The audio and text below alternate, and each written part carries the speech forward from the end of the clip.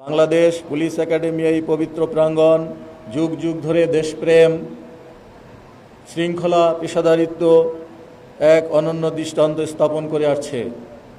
আজ তোমরা যারা সফলতার সাথে প্রশিক্ষণ সম্পন্ন করে সাব ইন্সপেক্টর হিসাবে দায়িত্ব গ্রহণ করতে যাচ্ছ, তোমাদের প্রত্যেককে জানাই আন্তরিক অভিনন্দন।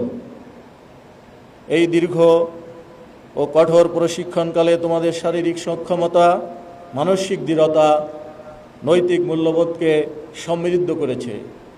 প্রিয় নবীন কর্মকর্তাবৃন্দ, তোমাদের সামনে যে পথ উন্মুক্ত হচ্ছে তা যেমন সম্মানের তেমনই দায়িত্বপূর্ণ। একজন পুলিশ সদস্য হিসাবে তোমাদের প্রথম এবং প্রধান দায়িত্ব হবে জনগণের নিরাপত্তা নিশ্চিত করা, আইন শৃঙ্খলা রক্ষা করা, ন্যায় বিচার প্রতিষ্ঠা করা। মনে রাখতে হবে, জনগণের আস্থা ও ভালোবাসাই হলো মানুষের সবচেয়ে বড় শক্তি। তাই সততা, নিষ্ঠা, মানবিকতা দিয়ে তোমাদের দায়িত্ব পালন করতে হবে। যে কোনো পরিস্থিতি আইনের শাসন সমুন্নত রাখা, দুর্নীতির বিরুদ্ধে দৃঢ় অবস্থান নেওয়া তোমাদের নৈতিক কর্তব্য।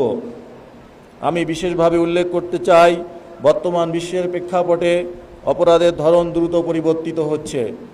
প্রযুক্তি নির্ভর অপরাধ, সাইবার ক্রাইম, উগ্রবাদ মোকাবেলায় তোমাদের দক্ষতা ও সচেতনতা অত্যন্ত গুরুত্বপূর্ণ।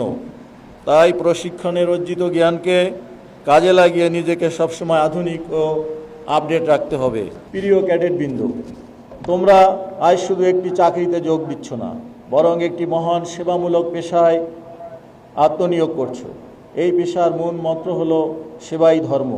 মানুষের পাশে দাঁড়ানো, বিপদে আপদে সহায়তা করা, ন্যায় বিচার প্রতিষ্ঠা করা, এই মূল্যবোধ ধারণ করিয়েই এগিয়ে যেতে হবে।